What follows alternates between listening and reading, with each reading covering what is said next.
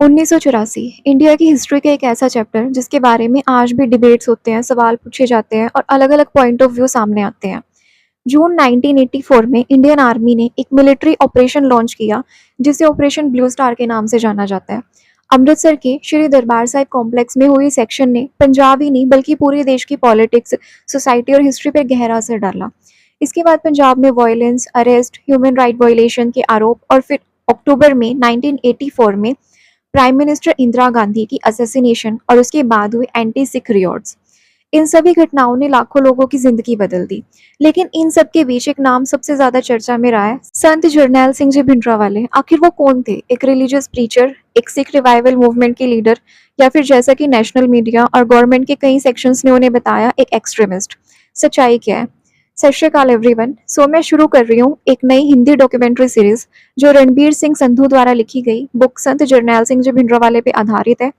I know कि भिंडरावाले के बारे में पंजाबी लैंग्वेज में काफ़ी कंटेंट है, लेकिन बहुत से लोग ऐसे हैं जो पंजाबी नहीं समझते, इसलिए मैं पूरी सीरीज को हिंदी में बना रही हूँ ताकि इंडिया के हर हिस्से का व्यूअर इस सब्जेक्ट को आसानी से समझ सके।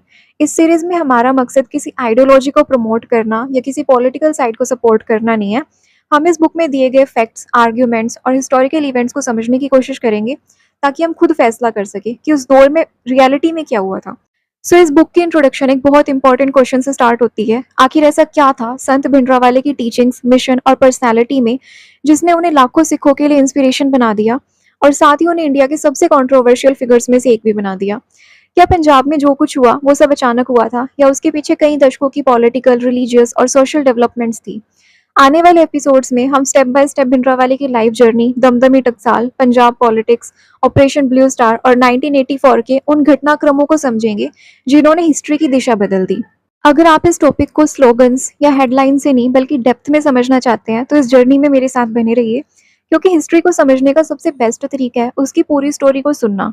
और आज से हम वही स्टोरी शुरू करने जा रहे हैं। संत जरनैल सिंह जी भिंडरावाले आज भी एक ऐसा नाम है जो इंडिया की सबसे बड़ी हिस्टोरिकल डिबेट्स का हिस्सा बना हुआ है। सोशल मीडिया पर उनके बारे में हर दिन अलग-अलग क्लेम्स, नैरेटिव्स और प्रोपेगेंडा देखने को मिलते हैं। कुछ लोग उन्हें हीरो मानते हैं, कुछ विलन और कुछ उन्हें इंडिया की हिस्ट्री के सबसे मिसअंडरस्टूड पर्सनैलिटी में से एक मानते हैं। लेकिन किसी भी व्यक्ति के बारे में अपनी राय बनाने से पहले क्या हमें उसकी हिस्ट्री नहीं समझनी चाहिए?